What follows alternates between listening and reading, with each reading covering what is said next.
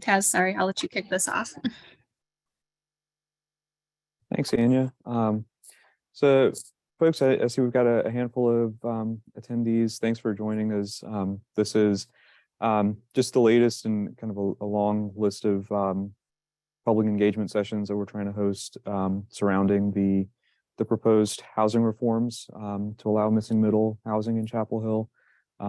We're really happy to have you all joining us. The meeting today is going to be pretty casual. I think we'll get started with just a brief presentation from Anya. I know most of y'all are probably already familiar with the broad strokes of the housing reform that we're proposing, but Anya will just offer a quick refresher on that. And then we really want to devote the rest of the conversation to answering any questions you might have, or just hearing comments. If you have any feedback that you want to provide us, we're absolutely happy to take it. I think it's really important to stress that this is very much a work in progress. We anticipate making continual changes to the proposal and fine tuning it based on feedback we receive from y'all. So we are eager to hear what y'all think about what we have so far and directions we can go in the future. So with that, I'll hand things over to Anya, and then we can get started.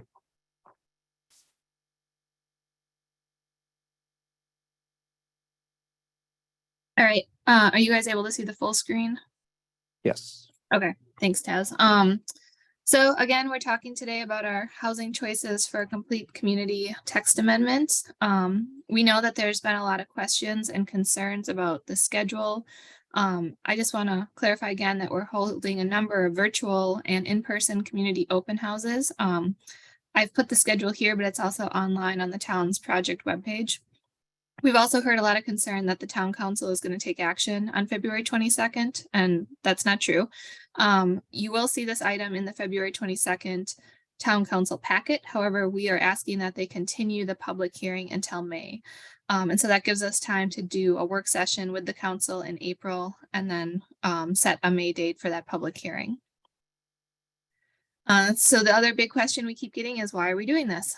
So back in September of 2021, several of the council members petitioned the staff because they were interested in creating more opportunities for missing middle housing. And I think they specified things like accessory apartments, duplexes, triplexes, fourplexes, and even cottage courts.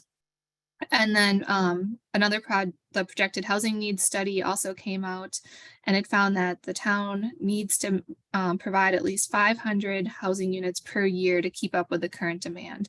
And one of the issues that it identified was that we are currently really good at building detached single family and really good at building large apartment complexes, but we're not very good at building anything in between that could serve households at different price points and different income levels. And then there is the ongoing complete community strategy that's also calling for us to diversify our housing types.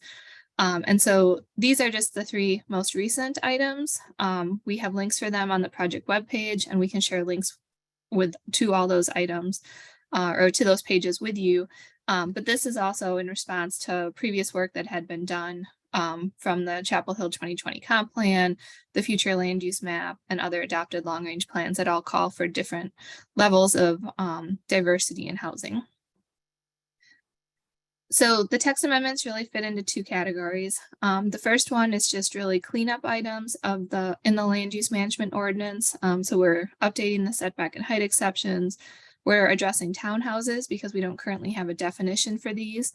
And then we're updating the standards for duplexes and accessory apartments. And I would point out that while duplexes and accessory apartments are a form of missing middle housing, that's not really, there won't be significant changes to those sections. The real piece of this that I know you're all interested in is this adding of triplexes, fourplexes, and cottage courts.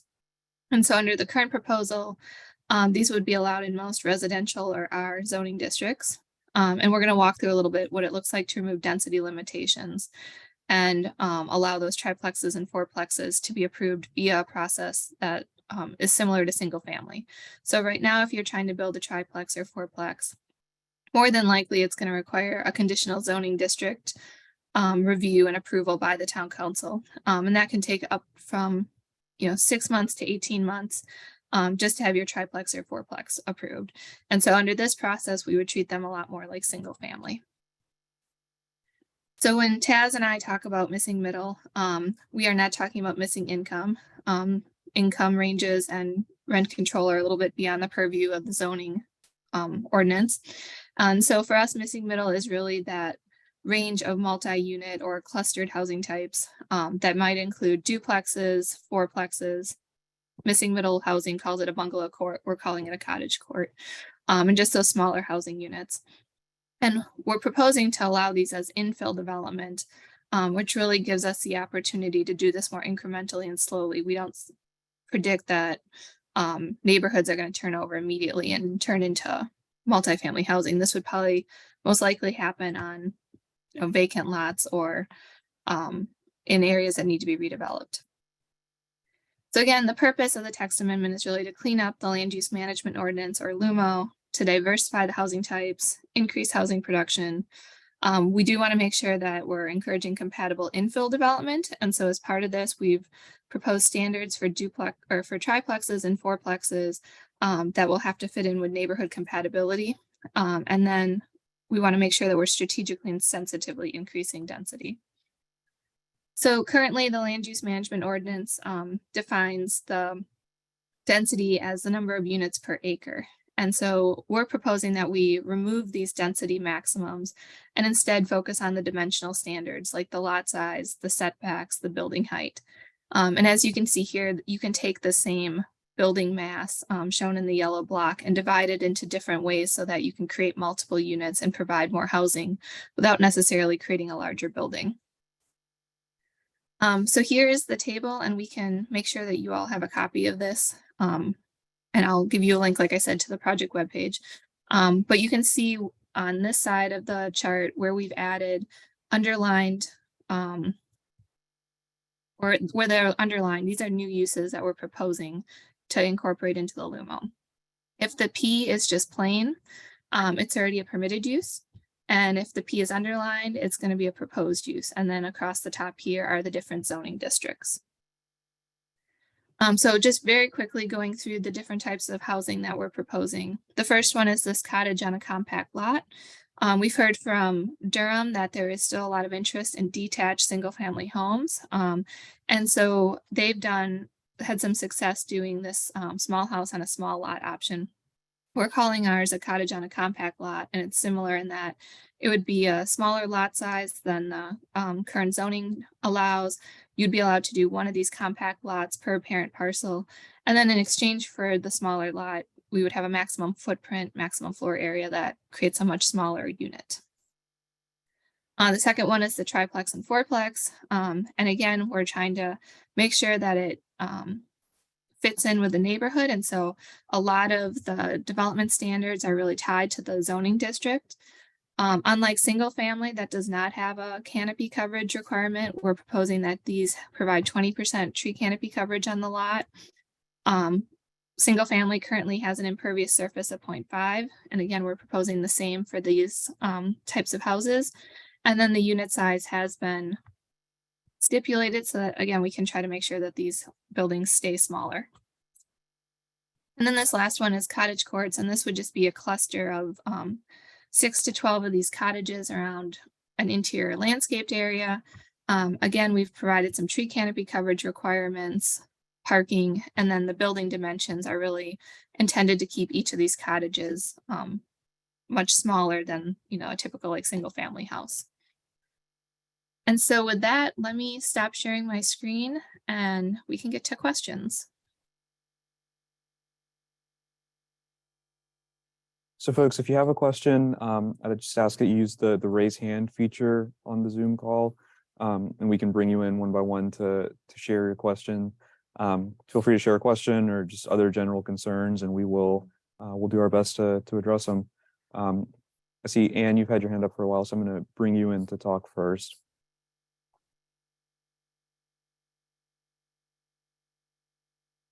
Hi, this is Anne. Can you hear me? Yes. Okay. I don't know if you can see me or not. I can't see myself. Okay. Well, I think I am over in the Clark Lake area, and our interest over here is going to be about disruption to the soil, the runoff, and that sort of thing, particularly the impacts to Clark Lake. that is already an important watershed for the town of Chapel Hill. And the more development that happens in this area, this lake is getting stressed out.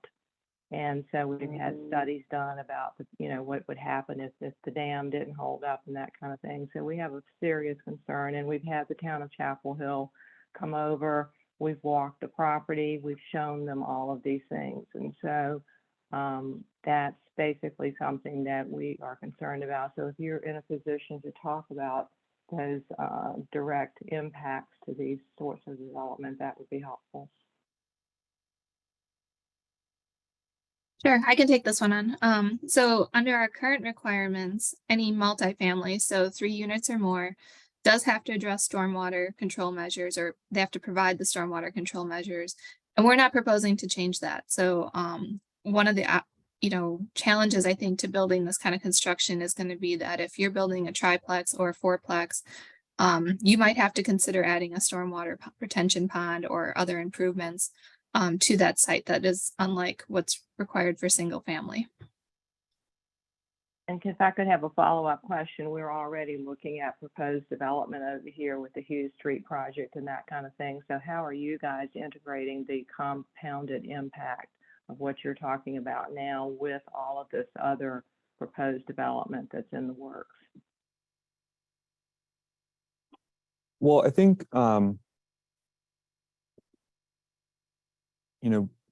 we don't expect there to be significant compounding because we don't expect significant levels of development or significant levels of new development as a result of these missing middle proposals. What we found in other communities that have implemented similar measures is that there's a kind of a trickle of new development that comes in as a result. And so we just don't really anticipate there to be significant impacts above and beyond, what something like Hughes Street would be causing. I think there's also another factor to keep in mind is that these missing middle housing types are likely going to be the most natural places for them to be built are not necessarily areas that are going to be sites where that are currently slated for denser multifamily development or that are near those sites. They're going to be a little bit more spread out than the concentrated dense development than what you're seeing just north of you, Anne.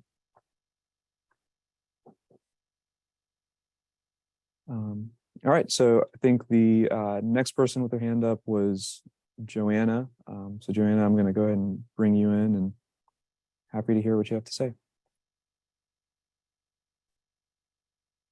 Hi, yes, Joanna Pomerantz here. So great points definitely brought up by Ann. I do think that there's more than just the Hughes Street going on in that area. I think there's 4 developments planned.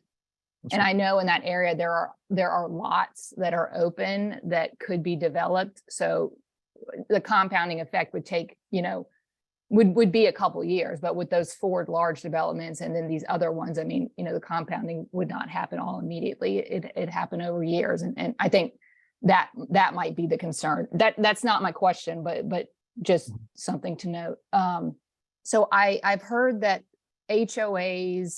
neighborhoods that have HOAs in place will be protected, because if they have single family units written into their HOA, then they'll be exempted, which will be, these larger neighborhoods, the Oaks, the ones developed by developers that had money to put in place an HOA. And then the smaller neighborhoods, Clark Lake or Colony Woods, Briar Creek, or Cliff rather, who don't have HOAs, are subject to these changes. Do you see any concern with the equity about how this kind of impacts different neighborhoods and kind of the say that some of these neighborhoods have? Would there be any room for, before any sorts of development go up, the neighborhood could necessarily have a say in something like this and meet with the town and discuss their concerns? I mean, just some sort of stopgap that would give these other non-HOA neighborhoods a chance at fighting this, which, you know, the HOA, the other neighborhoods with HOAs already, you know, they don't have to worry about this. I would say absolutely. Taz has been, and our team have been working on identifying which neighborhoods in Chapel Hill have restrictive covenants that manage uses, and, you know, whether it's distinguished as only single family use or if it allows for multifamily. And we are working on identifying those neighborhoods so that we can reach out to them and make sure that they are part of this discussion. So if you all live in one of those neighborhoods or you know someone that does, please send them our way, because we're happy to meet with them and we want to have that discussion with them as to whether or not this is something they're interested in. Okay, I live in one of those neighborhoods. I would like Great. to have that discussion. I mean, this is just a large concern of ours, and I know the rest of the community in this neighborhood. So I don't know what the process would be, but have you guys talked about that? I mean, do y'all have any ideas about how to kind of make it a little more equal across all neighborhoods in terms of the impact? So I think at this point, we're focusing on getting feedback from those neighborhoods. And so Joanna, and for everybody else, I will put my email in the chat, but we have been setting up neighborhood meetings to talk with different, you know, neighborhoods, different groups, even neighborhood conservation districts. And so I think we'd be more than happy to meet with you and your neighbors to, you know, talk this through and explain what's being proposed. Okay. And I don't know, Taz, if there's anything else you want to add to that. No, not at all. Thank you. Okay, and can I have one more follow-up? I'm sorry, I don't mean to take all the time. But what is, when you say neighborhood, you're going to kind of review the project and make sure with neighborhood compatibility. What does that entail? I mean, because obviously if you have single family units and now you're putting up a cottage court, I mean, that just is the opposite of compatible. So what factors would you be looking at and considering? So that's a great question. So the neighborhood compatibility, as we've currently proposed it, would be used for any infill development of triplexes and fourplexes and cottage courts, I think, that would be being proposed in a neighborhood that's been established for at least 20 years. And so, you know, much like the historic district design standards, it would be looking at like the mass, the scale, the fenestration pattern or the windows and doors, the building materials, the building heights. And so in our draft ordinance, we had kind of a preliminary list of items that we wanted to see happen so that we can make sure that the new buildings sort of fit in with the character of the streetscape and that neighborhood. However, we've heard that other cities have done it really well. And so we're actually working on researching Charlotte and some others that might have even better compatibility standards than what we've proposed. Okay, so we have, you know, extreme tree canopy for all the homes in our neighborhood. So that would be something that'd be maintained. Nothing, you know, I'm just giving some examples based on what you just said. Only 2-story homes, you know, 1 to 2 stories, so nothing would go over 2 stories. Is that kind of what you're talking about? I mean, would you limit the amount of trees that someone could destroy because it is such a heavily wooded neighborhood? You know, I don't think we thought of the tree compatibility or the tree canopy as part of the compatibility, but I think that's something we should look into, because I think you're right. Each neighborhood does their tree canopy as part of that character. So let us add that to our list. Okay, great. Thanks, Anya. And I'll definitely sign up to come speak with you. That would be wonderful. Okay, yeah, just shoot us an email and we'll get you squared away. And one thing I would just add on the tree canopy, even though it's not currently included as part of the neighborhood compatibility standards, triplexes, fourplexes, and cottage courts would still have tree canopy coverage requirements independent of the compatibility requirements. So, you know, while a home that's currently in a very wooded neighborhood, a single family home has no restrictions on what amount of kind of deforestation they could cause if they wanted to renovate or in other ways change their lot. but any of these new missing or most of these new missing middle housing types, just baked into their basic requirements, would already have some significant requirements around things like tree canopy coverage.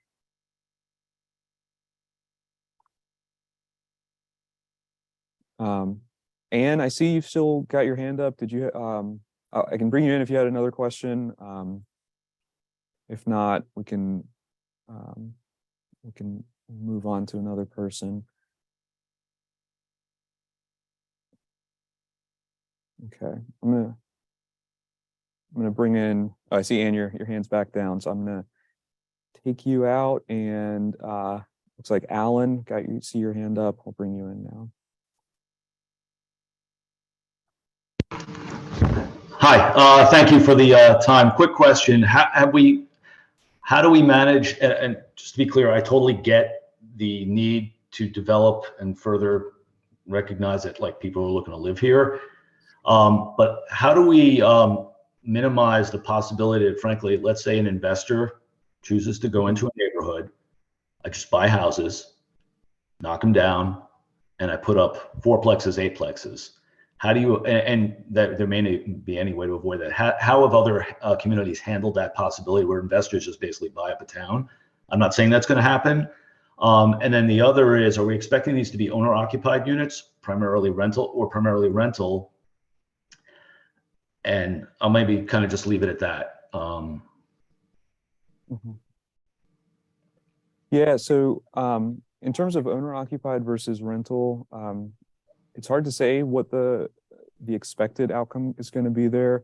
One thing I will say is that the town, just based on state law limitations, doesn't have any ability to regulate whether new units would be owner occupied or rental. Likewise, we don't have any explicit tools when it comes to preventing a one individual or one corporation from taking advantage of these new housing opportunities. One of the things that we're kicking around as a potential kind of guardrail that could be included in some iteration of this reform would be things like separation limits between new missing middle housing types. So for example, some of the ways in which separation limits can be structured would be something like a prohibition on similar housing types within a certain distance of each other, right? So no new fourplexes within X number of feet of each other, or no new fourplexes on adjacent lots. Those are just some of the ways that those kinds of restrictions could be put in place. And those could be used, to prevent some of the scenarios that folks have expressed concerns about in terms of, what happens if one developer comes in and tries to buy up a whole street, or several lots on a street, and really radically change the characteristic of a street in one fell swoop. Okay, so that is something that's going to be looked at to potentially minimize that, because it's absolutely very easy for somebody to come in and just buy a couple of houses if they got the money, knock them down, put up fourplexes. They're just making income streams. And then lastly, who are we expecting to live here? Is it primarily college students are going to be occupying this, or are we thinking empty nesters looking to downsize, or something in between? I think the answer there is just kind of yes, right? Like we recognize that there are types of residents that just currently aren't served by the types of homes that we have that predominate the housing market in Chapel Hill, right? On the one hand, you have relatively large single-family detached homes, and on the other hand, you've got densely packed multifamily, and there just isn't much in between. And there's a broad range of families, of single individuals, potentially of students, that could find those missing middle housing types attractive options. And so we just want to make sure that what's available to folks in Chapel Hill is matching up with the broad range of people that either currently live here or want to live here. Okay. Well, I appreciate that. I hope you hear where I'm coming from on this, because I recognize the need to expand housing stock, but it could go sideways and spiral out of control very easily. Thank you. Yeah, absolutely. And in terms of the, where could this go? One of the things that council has already expressed a lot of interest in, and that staff is very much committed to, is to very closely monitoring and reporting on how all of this gets implemented, right? I think staff would be, staff is well equipped to keep a close eye on the progress of development that occurs after these measures, if they pass, if they're put into place. What sort of rate of development are we seeing? Where is that development happening? And that would really give staff the opportunity to then report back to council on a regular basis and give council the opportunity to adjust course if it seems like that would be necessary. And I'm sorry, last question. There, you may not be aware of any plans to change the rules around like the what they call like Airbnbs. I know that there were some changes made a year or two ago. And the reason why my ask is you start putting a bunch of multi-unit housing in place, an investor buys it and turns it into an Airbnb, and you got 300 people a year living next door to you because they're going to see football games. Yes, we recognize that. And so we've kind of been looking at our short-term rental ordinance. I think right now, if you live in a duplex, you can rent out the other unit as a short-term rental. And then we also currently have restrictions on the number of units within multifamily that can be used as short-term rental. And I think one of the bigger barriers to that is that for STRs or short-term rentals in most of the residential or R zoning districts, it has to be a primary residence STR, which means that they have to live there at least half the year. So I mean, we definitely are being very mindful of the demand for Airbnb and what that could look like to neighbors if it's not carried out well. So again, just if you hear like the line of questioning, it sort of all ties together. Investor comes in, buys a bunch of houses, Airbnbs, half the neighborhood. Unintentionally, I know that's not the intention, but it could spiral out of control. And I get the need for where you're coming from on this, just to be cognizant of those kind of watch outs. So thank you, appreciate it.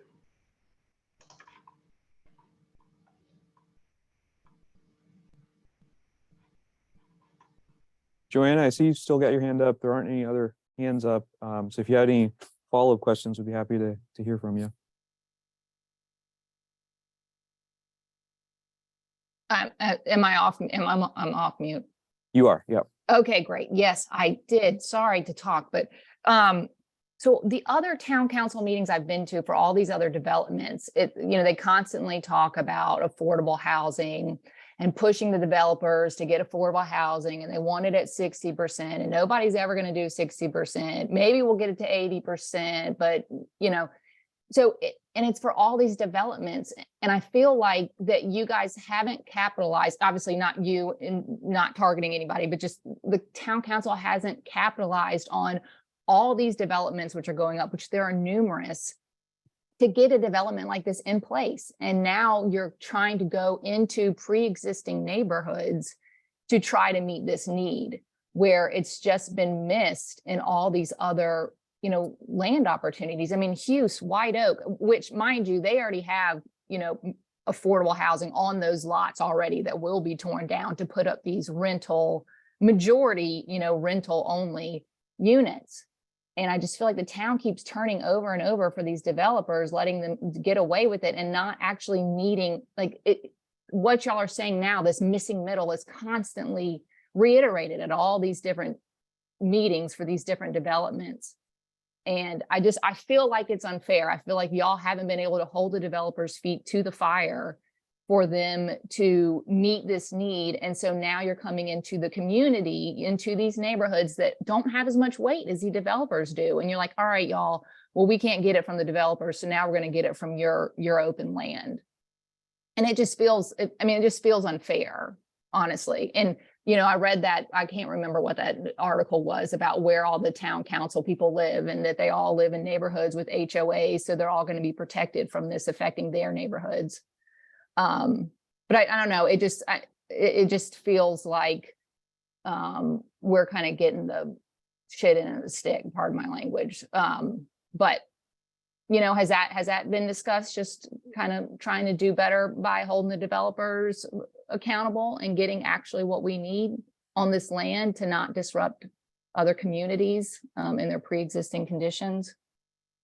Yeah, it absolutely is, Joanna, and I absolutely fully understand the frustration. I think this proposal, just like the town's inclusionary zoning requirements, which are what comes into play for the bigger developments, they are each individually just part of how we try to address the town's housing needs. You know, we're not proposing these missing middle reforms because of a perceived failure in how the inclusionary zoning ordinance is being enforced. We're doing it because this addresses something that the inclusionary zoning ordinance was never designed to address, right? The inclusionary zoning ordinance brings some level of affordability to a particular type of housing, which in most cases tends to be dense multifamily. But it's not designed to bring these other housing types into the market.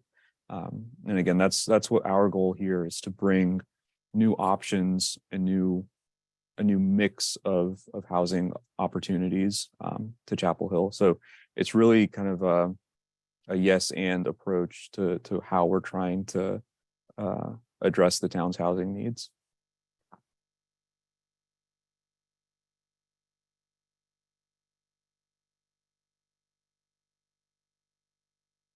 Okay, thank you. Yeah, thank you. So I'm not seeing any other hands up. If anybody has any additional comments or questions, we're more than happy to hear from you. If not, I think, Anya, if you just wanted to reiterate any next steps or contact information, I think we can. Sure, I'd be happy to. So I put my email in the chat. Taz, maybe you can add yours as well. Feel free to reach out to one or both of us. Like I said, we're happy to meet and have neighborhood meetings. We have several virtual and in-person community meetings. The virtual ones are going to be much the same format as this one, that are scheduled in the upcoming weeks. And yeah, look for updates on the town's project webpage.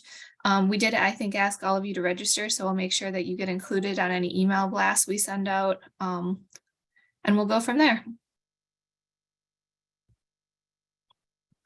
Well, thank you all for sharing your lunchtime with us. We appreciate it. And like I said, if you think of anything else, just let us know. And Joanna will watch for an email from you and we'll figure out that neighborhood meeting.